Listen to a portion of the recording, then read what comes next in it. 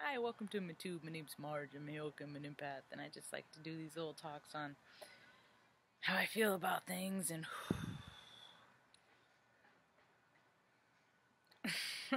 oh me, oh my, oh me, oh my. How you all doing?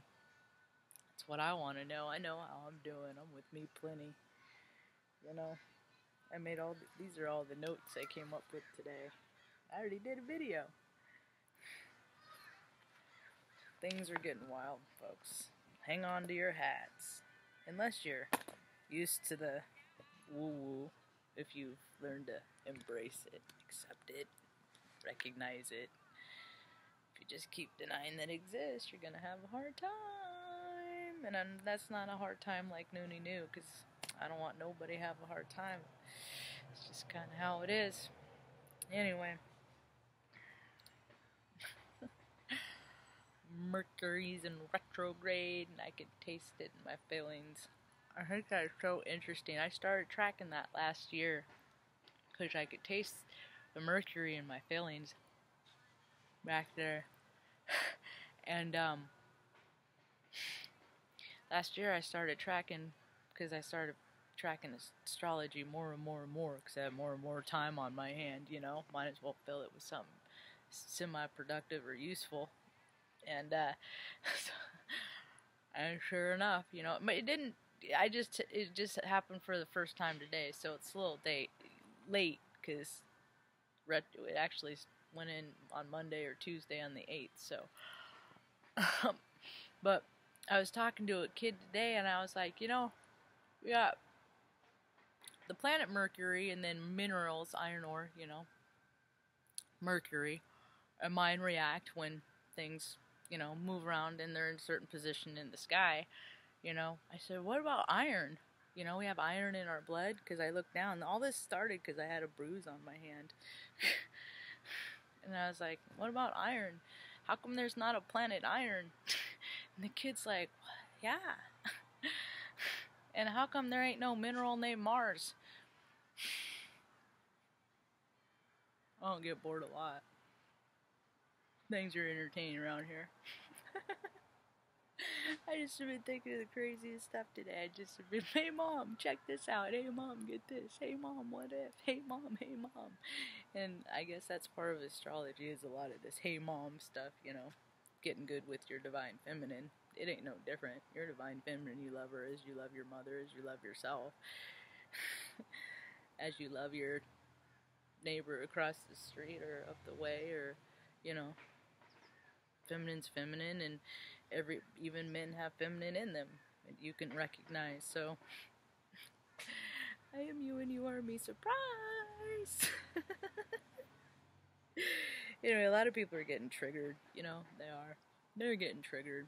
They need more comic relief. They're getting triggered because more people are talking about all this dirty, nasty stuff that's happened between the churches and all the sex trafficking and stuff like that, you know. It's touched everybody's life in somebody's capacity. Somebody's community has been affected by some grossness. I mean, it used to be where it would be like, yeah, I knew a guy who knew a guy that this happened to, you know, and where I grew up, actually, Hell's Angels hung out a lot. So there's a lot of mischief and mayhem and dark, devious things, because, you know, every spectrum of your spirit, dark to light, you know, and people get to drink and they lose your spirit and they do terrible, terrible things. And what happened is, like, a lot of the shit that happened, you know, when I was growing up in the 80s and the 70s, you know, I processed, because I'm like a freaking computer brain, so my recall is impeccable to my fortune and my misfortune. And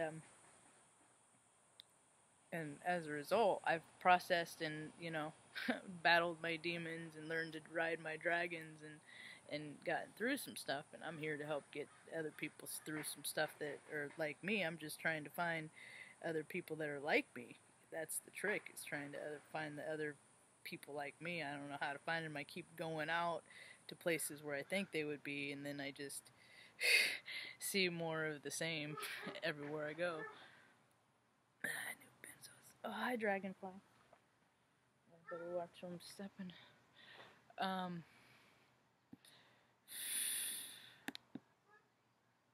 wonder if Mom would let him out. Bye, have a good night. Good neighbors across the street. Okay, so people are being reminded constantly of stuff. I gotta let Benny out. I can't do it.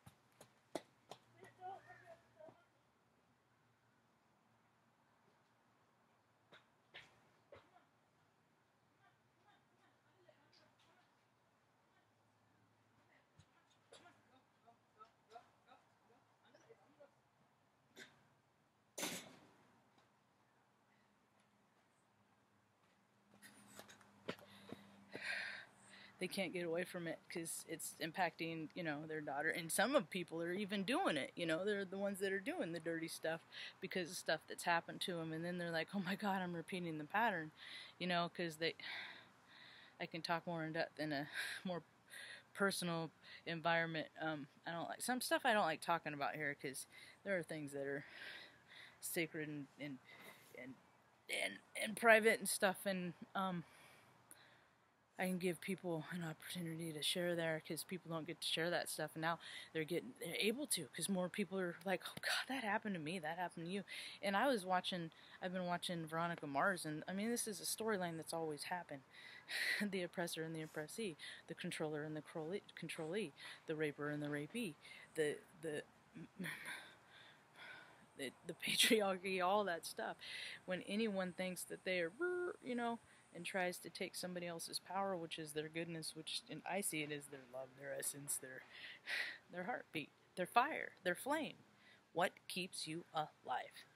Literally, EKG, if you wanted to speak scientifically. So, a lot of people are getting triggered, you know, and it's making them having to come to terms with their emotions, whether they want to or not. Yep, most. And so if you, you know, it's just this season, it's only gonna get worse. It's like a freaking splinter festering. That's what's happening. That's what the planets are doing. If you have any splinters, secrets, it's freaking fat. You better come clean now, because the truth always comes out. Yeah. Let's see what else. People would rather suffer from imposed thoughts of like looking at stuff and then going, oh God, and that's the news, that's my reality, you know. They'd rather suffer from that than find peace in their own knowing. And to me, that's weird. I think backwards. That's what Heyoka do. Heyoka, hey. And there's a thought, and why do cars depreciate? They lose value as soon as you pull them off the lot, but like as soon as somebody moves out of a house, it like all of a sudden they think it, because they live there or something, that the value has gone up like freaking 200%. What if real estate just had maintained? When I sold my house, I was just like, I got a place to live, a cool place to live. I never had a cool place to live in my whole life that was my very own. You know, for 7 years I lived there, 8 years, and I left that for a new life, and boy did it get new and different and uncomfortable. Stripped away my ego, and he's digging. I'm gonna just let him go do that right now. But